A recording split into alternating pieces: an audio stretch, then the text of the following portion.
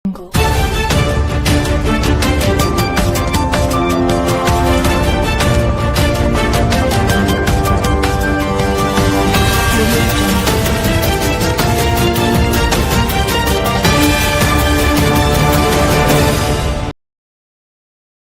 ನಮಸ್ಕಾರ ವೀಕ್ಷಕರೇ, ಕರುನಾಡ ರತ್ನ ನ್ಯೂಸ್ಗೆ ಸ್ವಾಗತ ಸುಸ್ವಾಗತ.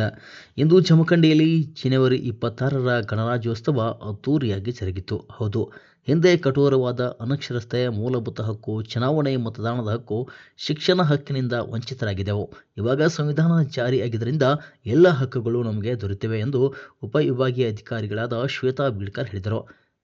ನಗರದ ಐತಿಹಾಸಿಕ ಪೋಲೋ ಮೈದಾನದಲ್ಲಿ ನಡೆದ 77ನೇ ಗಣರಾಜ್ಯೋತ್ಸವ ದಿನಾಚರಣೆ ಧ್ವಜಾರೋಹಣ ನೆರವೇರಿಸಿದರು.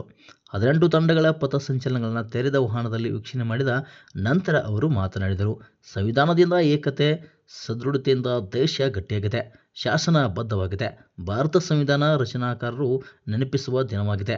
ಡಾಕ್ಟರ್ BR ಅಂಬೇಡ್ಕರ್ ಅವರ ರಚನೆ ಮಾಡಿದ ಸಂವಿಧಾನವಾಗಿದೆ. ಸಮಾನತೆಯನ್ನು ನೀಡಿದ ಸಂವಿಧಾನದ ದೇಶವಾಗಿದೆ.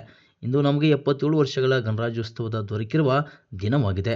ಅಭಿವೃದ್ಧಿ, ಏಕತೆ, ವೈವಿಧ್ಯತೆ ಹೊಂದಿರುವ ದೇಶ, ಒಗ್ಗಟ್ಟಿನಿಂದ ಎಲ್ಲರೂ ಬಾಳುತ್ತಿರುವ ದೇಶ ನಮ್ಮದಾಗಿದೆ.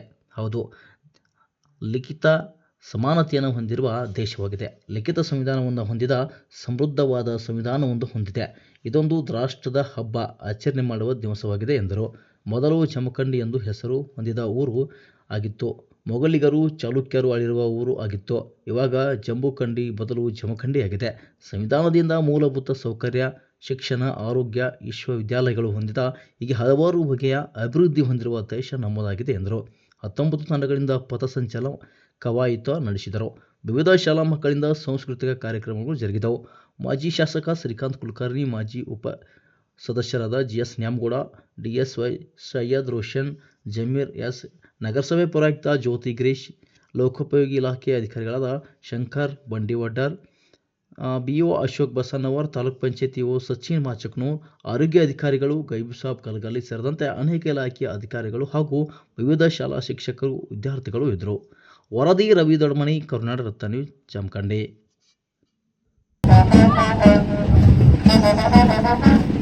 NCC, SW, DLD college Bhakti ಮೋಟಿಯವರ ನೇತೃತ್ವದಲ್ಲಿ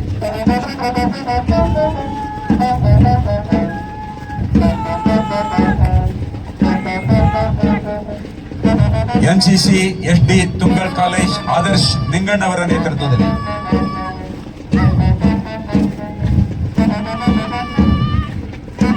NCC, SW Tungal college Swarada ಪಡಿಕೆಯವರ ನೇತೃತ್ವದಲ್ಲಿ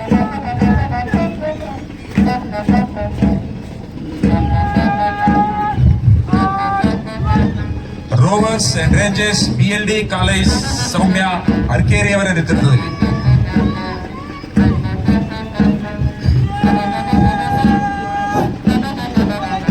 NSS BLD college Jamakhandi Rakesh Nandeshwar ಅವರ ನೇತೃತ್ವದಲ್ಲಿ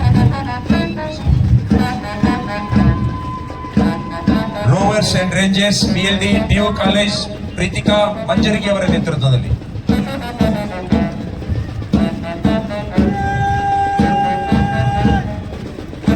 ಸ್ಕೌಟ್ ಜ್ಞಾನಗಂಗೋತ್ರಿ ಪ್ರವೀಣ್ ನಗಾರ್ಜಿ ಅವರ ನೇತೃತ್ವದಲ್ಲಿ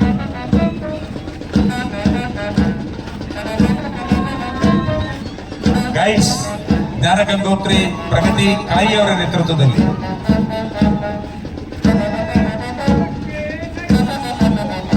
scout PB high school Jamkhandi Pradeep Gadivaddar ನೇತೃತ್ವದಲ್ಲಿ ಗೈಡ್ಸ್ PB ಹೈಸ್ಕೂಲ್ ದಿವ್ಯಾ ಹೊಂಕಿ ಅವರ ನೇತೃತ್ವದಲ್ಲಿ ಗೈಡ್ಸ್ GG ಹೈಸ್ಕೂಲ್ ಸಂಜನಾ ಗೋರ್ನಾಳ್ ಅವರ ನೇತೃತ್ವದಲ್ಲಿ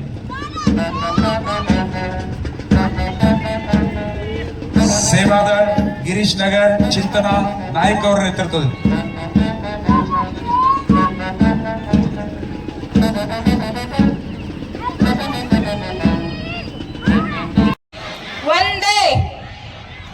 ನೆಹರು ಅವರು ಗಣರಾಜ್ಯ ಭಾರತವು ಜನರ ಇಚ್ಛೆಯಿಂದ ನಡೆಯುವ ದೇಶ, ಇಲ್ಲಿ ಅಧಿಕಾರದ ಮೂಲ ಜನರೇ ಅಂತ ಹೇಳ್ತಾರೆ.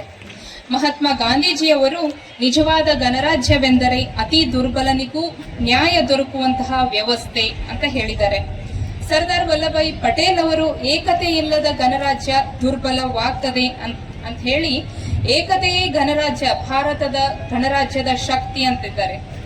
ಒಟ್ಟಿನಲ್ಲಿ ಹೇಳೋದಾದ್ರೆ ಭಾರತದ ಗಣರಾಜ್ಯ ಅಂತಂದ್ರೆ ಜನರಿಗೆ, ಜನರಿಗಾಗಿ, ಜನರಿಂದ, ಜನರ ಮೂಲಕ ನಡೆಯುವಂತಹ ನ್ಯಾಯಸಮ್ಮತ ಆಡಳಿತ.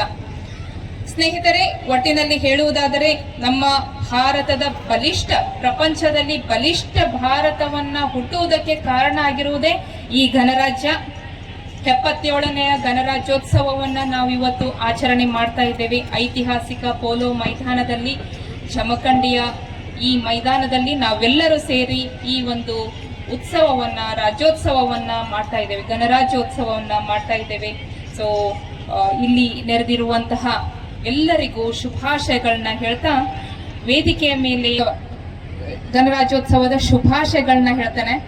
ನಾಗರಿಕರೇ, ಇವತ್ತು ಧ್ವಜ ಸಂದೇಶವನ್ನ ಮಾಡೋದಕ್ಕೆ ನನಗೆ ಅವಕಾಶ ಸಿಕ್ಕಿರೋದಕ್ಕೆ ಎಲ್ಲರಿಗೂ ಮತ್ತೊಮ್ಮೆ ಧನ್ಯವಾದಗಳನ್ನ ಹೇಳ್ತಾ, ಸಾರ್ವಭೌಮ ಸ್ವತಂತ್ರ ಭಾರತ ಕಳೆದ 76 ವರ್ಷಗಳಲ್ಲಿ ಪ್ರಗತಿಯ ಹಲವು ಮಜಲುಗಳನ್ನ ದಾಟಿದೆ.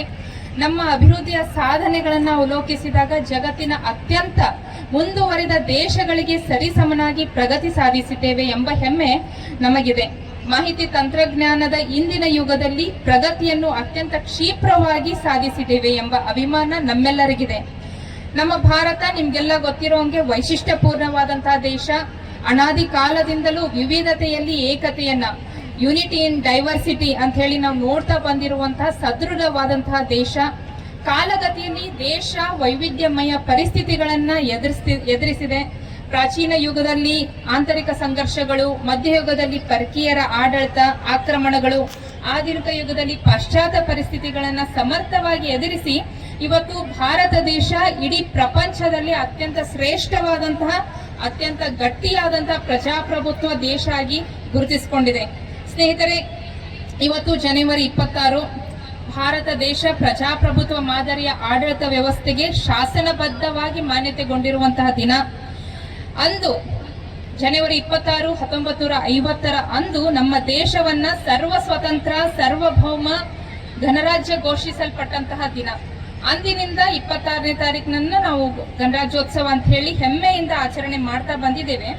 ನಿಮ್ಗೆಲ್ಲ ಗೊತ್ತು, ಭಾರತ ಸಂವಿಧಾನ, ಇವತ್ತಿನ ದಿನ ನಾವು ಭಾರತ ಸಂವಿಧಾನವನ್ನ ಮತ್ತು ಸಂವಿಧಾನ ರಚನಾಕಾರರನ್ನ ನೆನಪಿಸಿಕೊಳ್ಳದೆ ಹೋದ್ರೆ ಇವತ್ತಿನ ದಿನ ಸಾರ್ಥಕ ಆಗೋದಿಲ್ಲ. ಅದರೊಂದಿಗೆ ಮುಖ್ಯವಾಗಿ ಡಾಕ್ಟರ್ BR ಅಂಬೇಡ್ಕರ್ ಅವರು ಮಾಡಿರುವಂತಹ, ಏನು ದೇಶಕ್ಕಾಗಿ ಮಾಡಿರುವಂತಹ ಒಂದು ಸಾರ್ಥಕವಾದಂತಹ ಸೇವೆ ಇದೆ. ಅದರಿಂದಾಗಿಯೇ ನಾವು ಇವತ್ತೆಲ್ಲರೂ ಈ ವೇದಿಕೆ ಮೇಲೆ ನಿಂತಿರುವಂತಹ ನಾನು ಮತ್ತು ಎಲ್ಲ ಜನಪ್ರತಿನಿಧಿಗಳು ಆ ಸಂವಿಧಾನದಿಂದ ಬಂದವರು. ಯಾವತ್ತೂ ನಾವು ಚಿರಋಣಿಯಾಗಿರಬೇಕು.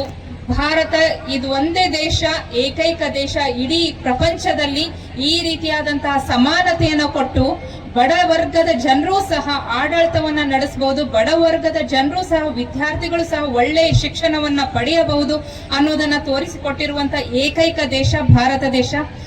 ಸ್ನೇಹಿತರೆ, 77 ವರ್ಷಗಳ ಗಣರಾಜ್ಯೋತ್ಸವವನ್ನ, ಸ್ವಾತಂತ್ರ್ಯವನ್ನ ನಾವು ಸವಿದಿದ್ದೇವೆ.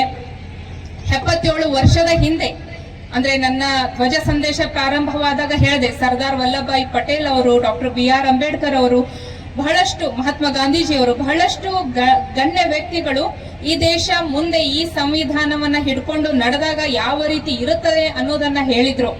ಗಣರಾಜ್ಯ ಅಂತಂದ್ರೆ ಏನು, ಇದು ಯಾವ ರೀತಿ ನಮ್ಗೆ ಯಶಸ್ಸು ಸಾಧನೆ ಆಗ್ಬೇಕು ಅನ್ನೋದು ಆಗತ್ತೆ ಅಂತ 70 ವರ್ಷಗಳ ಹಿಂದೆನೆ ಹೇಳಿದ್ರು. ನಾವು ಒಂದ್ಸಲ ಸಿಂಹಾವಲೋಕನವನ್ನ ಮಾಡಿದಾಗ, ನಮ್ಮ ದೇಶ ನಡೆದು ಬಂದಿರುವಂತಹ ದಾರಿಯನ್ನ ನೋಡಿದಾಗ, ಹಿಂತಿರುಗಿ ನೋಡಿದಾಗ, ಎಸ್, ನಮ್ಗೆ ಸಾಕಷ್ಟು ಕಷ್ಟಗಳಿತ್ತು, ಸಂಘರ್ಷಗಳಿತ್ತು, ಬಡತನ ಇತ್ತು, ತೀರ ಅನಕ್ಷರತೆ ಇತ್ತು, ತೀರ ಆಹಾರದ ಕೊರತೆ ಇತ್ತು ಸ್ವಾತಂತ್ರ್ಯ ಬಂದ ಹೊಸದಲ್ಲಿ. ಈಗ ಭಾರತ ದೇಶವನ್ನ ನಾನು ಯಾಕೆ ಹೆಮ್ಮೆ ಪಟ್ಟು ಹೇಳಬೇಕು, ನಾನು ಭಾರತೀಯಳು ಅಂತಂದ್ರೆ, ಭಾರತ ಇಡೀ ಪ್ರಪಂಚಕ್ಕೆ ಸರಿಸಾಟಿಯಾಗಿ ಬೇರೆ ಬೇರೆ ಅಭಿವೃದ್ಧಿ ಹೊಂದಿರುವಂತಹ ದೇಶಗಳಿಗೆ ಸರಿಸಾಟಿಯಾಗಿ ಫೈಟ್ ಮಾಡ್ತಾ ಬೆಳೆದು ಬಂದಿದೆ. ಇವತ್ತು ನಾವು UN ವಿಶ್ವ ಸಂಸ್ಥೆಯಲ್ಲಿ ನಮ್ಮದೇ ಆದಂತಹ ಒಂದು ಅಸ್ತಿತ್ವವನ್ನ ಕಂಡುಕೊಂಡಿದ್ದೀವಿ. ನಮ್ಮ ತೀರ್ಮಾನ